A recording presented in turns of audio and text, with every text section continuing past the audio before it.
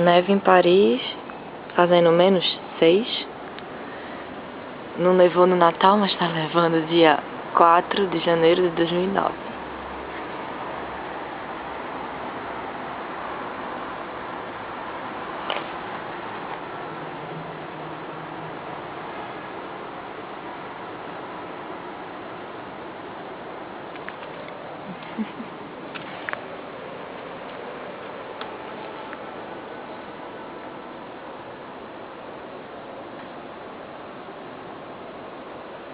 Telhado branquinho.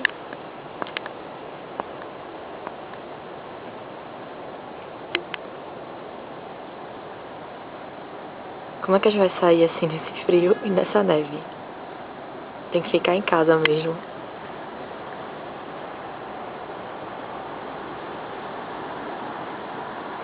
Tomara que pare um pouco de nevar.